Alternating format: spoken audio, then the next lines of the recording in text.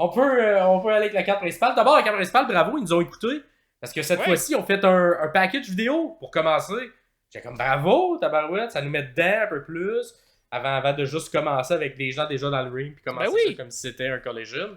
Fait que ça, c'était efficace. On rappelle également l'histoire de MJF contre Daniel Garcia. Un bon montage vidéo aussi, efficace. Même avec si, la musique un peu lente de MJF. Exact, c'était très bon. Puis là, ce match-là commence et c'était ton match préféré de cette carte-ci, Pierre. Fait que je te laisse en parler plus amplement. Oui, j'ai quand même aimé le pay-per-view dans son ensemble, quoique 2 matchs que je crois auraient pu être des matchs télé très facilement. On va en parler quand on sera rendu à ces matchs-là. Je pense que tout le monde qui a écouté le pay-per-view se doute un peu de quels sont ces matchs-là. Moi, MJF et Garcia, ça a été mon match préféré parce que j'ai beaucoup aimé la psychologie qu'on a mis derrière le match. La façon qu'on nous a raconté l'histoire. Le in-ring était excellent. Daniel Garcia vend très, très, très bien. Vraiment, là. Daddy Magic est au commentaire. J'aime toujours quand Daddy Magic est au commentaire. Toujours très drôle, très pertinent. Il rajoute une belle couleur, j'ai l'impression. Là, il vient enlever un peu du beige de Tony Schiavone, que moi, c'est pas mon préféré au commentaire. Puis un peu le côté personnel avec Daniel Garcia, qui était comme un peu dans la même équipe. Fait que, tu sais, on dirait, à quelques moments dans le match, il dit... Ouais, ça tue les deux, mais également, hey, on l'a pratiqué, fais attention, fais pas ça, sinon tu vas te faire prendre. Exactement. Des petits commentaires comme ça qui me font rire. Oui, vraiment, vraiment. Puis ça, si vous écoutez Rampage, pour les gens qui écoutent Rampage, non, il y a Collision maintenant. Bref, Daddy Magic, puis qui était même dans l'after show, il était là aussi, puis il prend très bien sa place, j'aime bien ce qu'on fait avec Monsieur Papa Magie. On l'avait un peu calé, hein, que ça s'est s'enligné vers la table des commentateurs. On avait vu juste là-dessus. Ben tant mieux, ça fait 22, 23, 24 ans qu'il lutte activement, puis je pense de faire quelque chose qui est moins tough sur son corps. Je pense que tous les lutteurs aiment ça, rester actifs en faisant quelque chose qui est moins rough pour pouvoir avoir une belle retraite où on n'a pas trop mal dans le dos. On le souhaite ça à tout le monde. La psychologie du match, comme je disais, j'ai vraiment aimé parce que les deux ont une blessure au haut du corps, comme on dit dans le monde du sport, de MJF qui a mangé il y a à peu près il y a 2 semaines. Il y a 2 semaines. 2 semaines, il a mangé un Tiger Driver 91. Fait que lui vend encore sa nuque, vend encore son cou. Ah, ça fait mal, ça fait mal. Et Daniel Garcia qui est revenu, mais que lui aussi vend encore sa tête. Il y avait un gros bandage dans le front parce que on se souvient qu'il y a à peu près 1 mois et demi, 2 mois, à peu près là, MJF avec complètement déconcrissé le front de Daniel Garcia. C'est un beau visuel choquant, mais un beau visuel à ce moment-là. Fait que les deux vendent le haut du corps. Garcia, qui, direct en partant, lui, il veut juste une chose, c'est connecter son pile driver parce qu'il sait que MJF, il est faible de la nuque. Fait qu'il dit, un pile driver, c'est ça qui va me faire gagner. Malheureusement, c'est ça qui l'a un peu fait perdre, qui l'a apporté un peu à sa perte.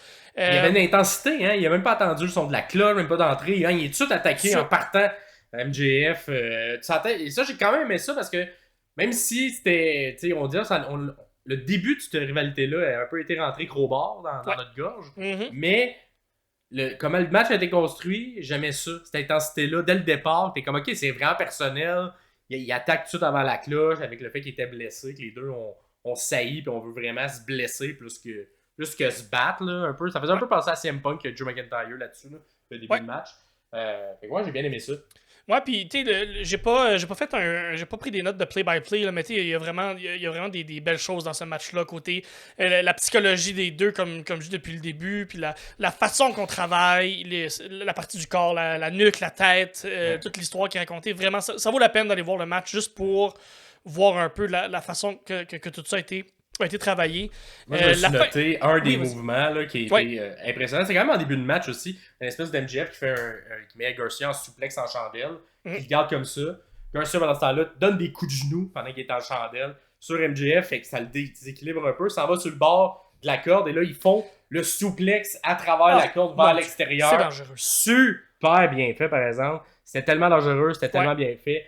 Bravo aux deux parce que ça lookait vraiment à ce moment-là. Puis ça attaquait au haut du corps, les deux. Les fait deux. que les deux ont comme sorti mal. Fait que là, par la suite, t'as le compte de 10. Un count-out. Extérieur. Ouais, c'est ça, Danny qui arrivait à 9 et quasiment 10. Là. Ouf, ça, c'était vraiment un des bons segments. J'ai fait, oh, ok, bravo les boys.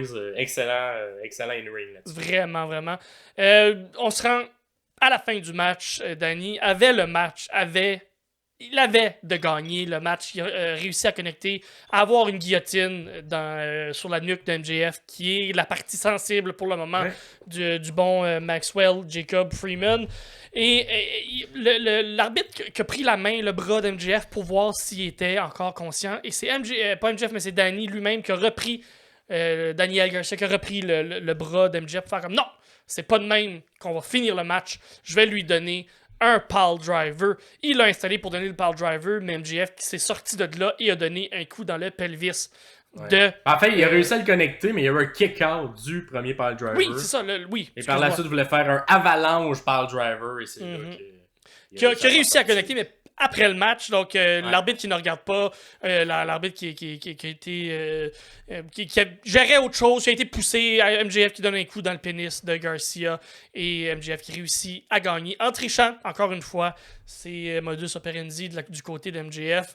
Et après le match, Danny Garcia qui fait à MJF ce qu'il voulait faire depuis le début, donc on vient de le dire, un gros pile drive qui a de l'air à faire mal, qui est complètement... Un gros sell d'MJF qui est revolé comme une petite poupée. Là. Alors, je dirais c'était un espèce de truc là, que tu mets dans un char quand il y a des accidents, là, puis là tu revoles. Un petit dummy, crash test dummy. Là, exact, t'es très mou, il est bien revolé. Fait qu'un bon sell là-dessus. Et beau je pense que j'aurais cependant, au niveau du booking, donné la victoire de cette manière-là à Garcia plutôt que de le faire après match. Ça vendait Garcia fort. Mais je pense que ça l'aurait vendu encore plus fort d'y donner pour vrai la victoire dans le match. Je suis un peu à l'inverse parce que quand le match est terminé, j'ai fait comment c'est de valeur que justement Garcia n'a pas gagné avec ça. Et la façon qu'on l'a fait après le match, avec Garcia qui le fait, qui est fort, qui est solide, qui est debout, MJF qui est par terre, qui est KO complètement, puis Garcia qui s'en va dans la foule et qui quitte en étant au top du monde. Et j'ai pas haï ça. Tu perds, mais tu finis quand même over en sortant du match. Je pense que le booking dans mon idée dans moi était quand même bien fait là-dessus. Les deux quittés, MJF qui sort avec une victoire, ou qui n'a pas de défaite plutôt. Puis Garcia qui sort quand même très fort. Beaucoup de fluide, beaucoup de... Les gars qui sont pas mouchés avant. Non. Ça s'est craché d'en face, ça saignait. Écoute, c'était un peu dégueulasse. Ça aussi, ça a augmenté le degré de on saillit. Ouais. Dans l'après-match aussi, bien aimé, au niveau des commentateurs, là, c'était... MJF veut donner la main à Garcia. Finalement, la donne, tente le low blow, mais Garcia, s'il entendait, l'arrête. Et c'est là qu'il l'amène dans le pile driver de la deuxième, troisième corde. Et pendant ça, là, t'as Nigel qui est comme... Quel mauvais perdant! Oh, regardez! Être mauvais perdant! Ça me faisait rire que Nigel dise ça. Mais Nar fait juste genre l'envoyer chez puis il dit de se faire mal. C'est très drôle, ça me fait rire. Puis, ouais, c'est quand même...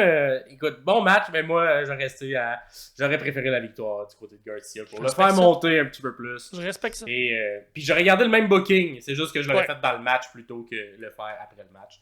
Fait que, mais bon match, très bon match. Et je comprends pourquoi tu l'as mis comme...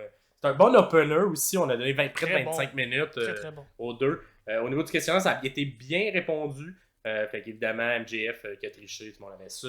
La victoire, cependant, était un peu partagée. Fait qu'on était moitié-moitié entre MJF ou Garcia. C'est vraiment MJF qui a eu la victoire. Et sinon, pour le reste, bien réussi, plus de 15 minutes, tout ça. Fait que bravo à tout le monde dans le questionnaire. Ça a été un des bons matchs sur la carte. Et je pense un des bons matchs aussi au niveau des prédictions. Yep.